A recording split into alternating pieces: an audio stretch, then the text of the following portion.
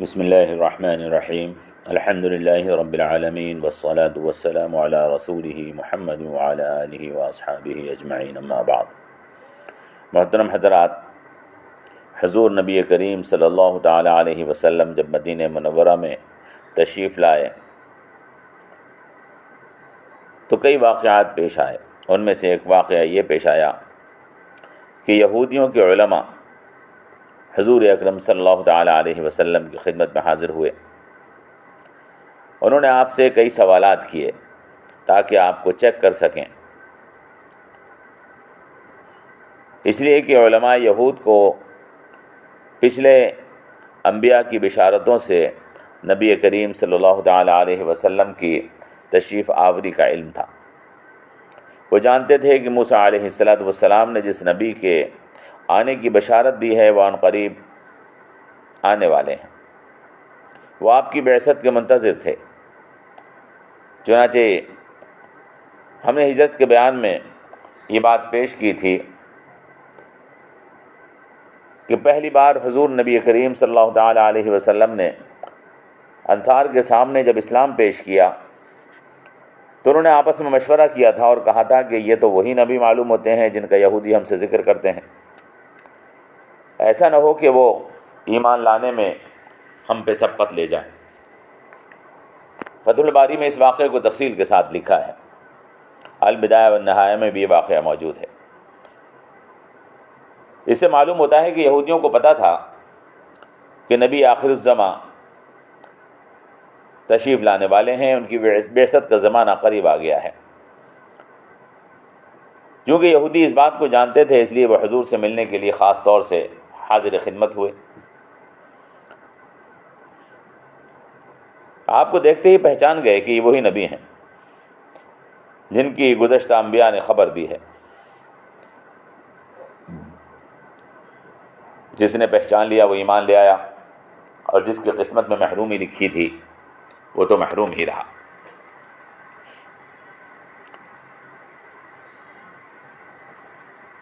سب سے پہلے جو شخص حاضر ہوا اس کا نام یاسر بن اخطب تھا۔ یہ حی ابن اخطب کا بھائی تھا۔ اس نے حضور اکرم صلی اللہ تعالی علیہ وسلم سے گفتگو کی اور پھر جا کر اپنی قوم سے کہا کہ اے میری قوم، میرا کہنا مانو، اطیعونی فإن هذا النبی الذی کنا ننتظر، یہ تو وہی نبی ہیں جن کا ہم انتظار کر رہے تھے۔ لیکن اس کے بھائی حی ابن اخطب نے ایمان لانے سے انکار کر دیا۔ وہ قوم کا بڑا آدمی تھا، قوم اس کا کہنا مانتی تھی۔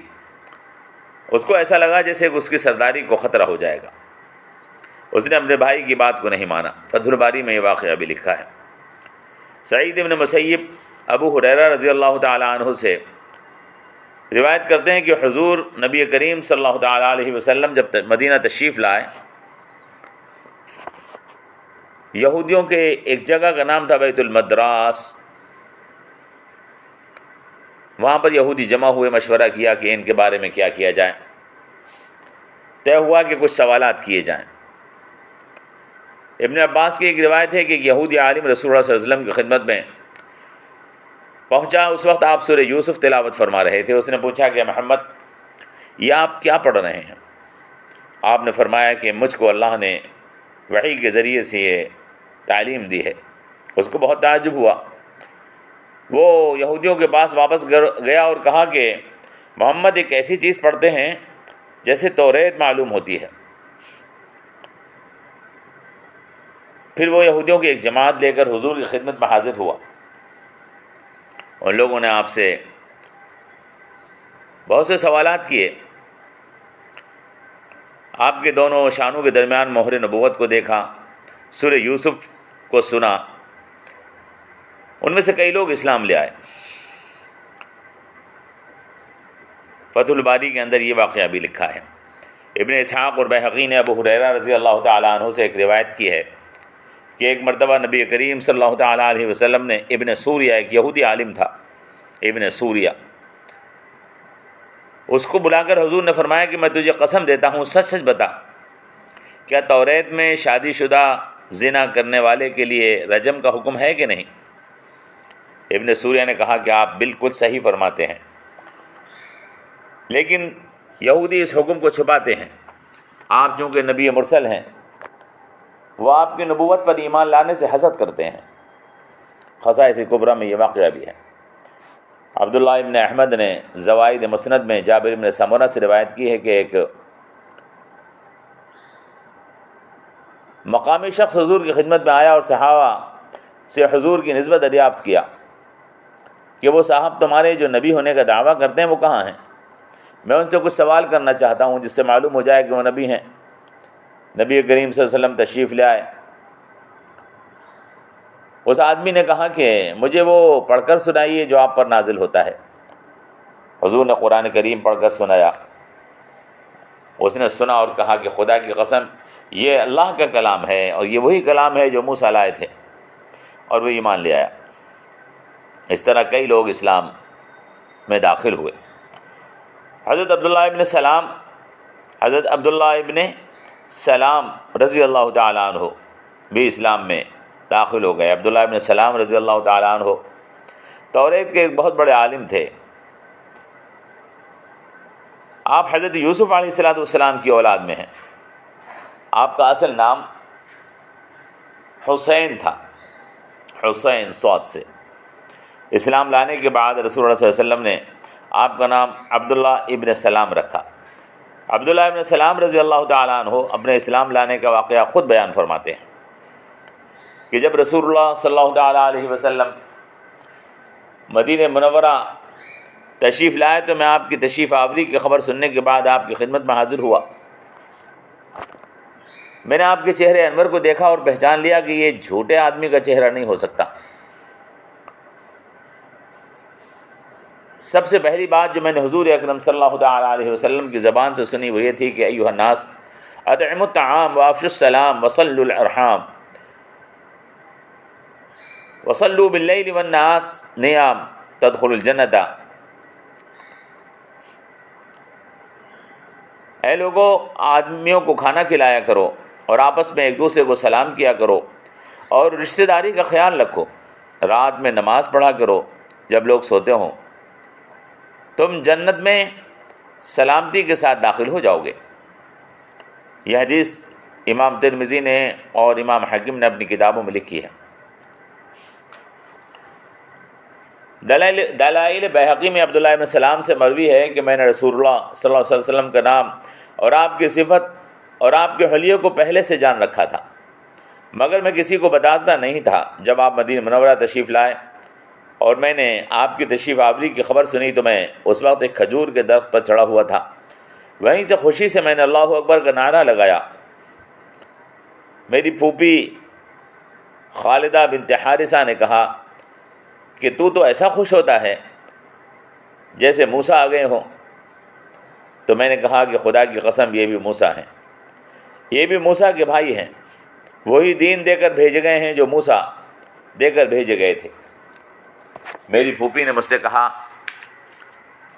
اے میرے بھتیجے، کیا یہ وہی نبی ہیں جس کے بارے میں تم ہمیں بتاتے رہے ہو، سنتے آئے ہو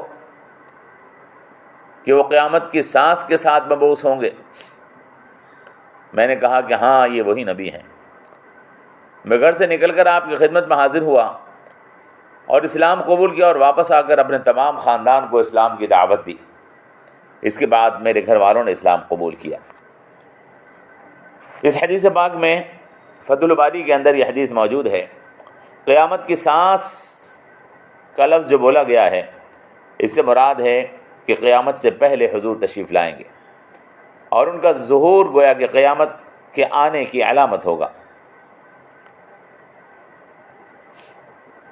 حضور نبی کریم صلی اللہ تعالیٰ علیہ وسلم نے ایک حدیث پاک میں ارشاد فرمایا کہ بعثت وانا والساعة كهاتین.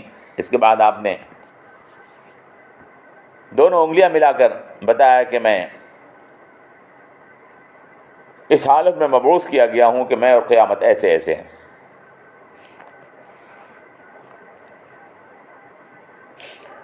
حضرت عبداللہ بن سلام رضی اللہ تعالیٰ عنہ نے اسلام قبول کیا اور اسلام قبول کرنے کے بعد حضور سے کہا کہ رسول اللہ،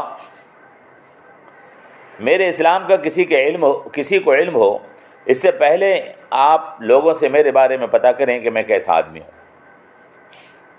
اور مجھے کسی جگہ بٹھا دیں اور پھر میرے بارے میں پوچھیں تاکہ آپ کو معلوم ہو جائے، چونکہ یہودی جو ہیں بہت جھوٹی قوم ہے اور وہ الزام لگانے کے ماہر ہیں۔ چنانچہ حضور نبی کریم صلی اللہ تعالیٰ علیہ وسلم نے یہودیوں کو بلا کے بھیجا۔ حضور نبی کریم صلی اللہ تعالیٰ علیہ وسلم نے عبداللہ ابن سلام کو اندر ایک کمرے میں بٹھا دیا اور پھر یہودیوں سے بات چیت شروع کی۔ فرمایا کہ اے یہودیو، اللہ سے ڈرو، قسم ہے اس پاک ذات کی جس کے سوا کوئی معبود نہیں، تم اچھی طرح سے جانتے ہو کہ میں اللہ کا رسول ہوں اور حق کے ساتھ آیا ہوں، بس تمہیں چاہیے کہ تم اسلام قبول کرو۔ یہود نے کہا کہ ہم نہیں جانتے کہ یہ بات سچ ہے۔ آپ نے 3 بار اپنی بات کو دہرایا اور یہود یہی کہتے رہے کہ ہم نہیں جانتے کہ آپ کی بات سچ ہے۔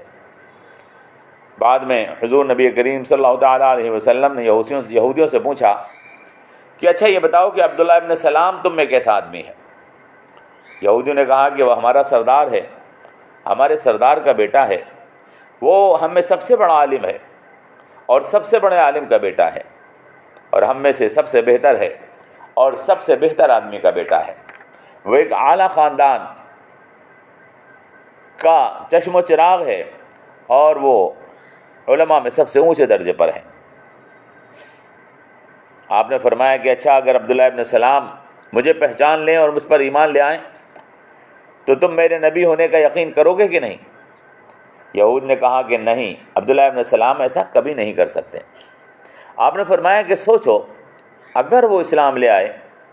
یہود نے کہا کہ قسم کھا کے ہم کہتے ہیں کہ وہ کبھی مسلمان نہیں ہوں گے۔ آپ نے فرمایا کہ سوچو اور غور کرو، اگر وہ ایسا کر لے تو کیا تم اسلام لے آؤ گے؟ یہود کہنے لگے کہ ایسا نہیں ہو سکتا، وہ اسلام نہیں لائیں گے۔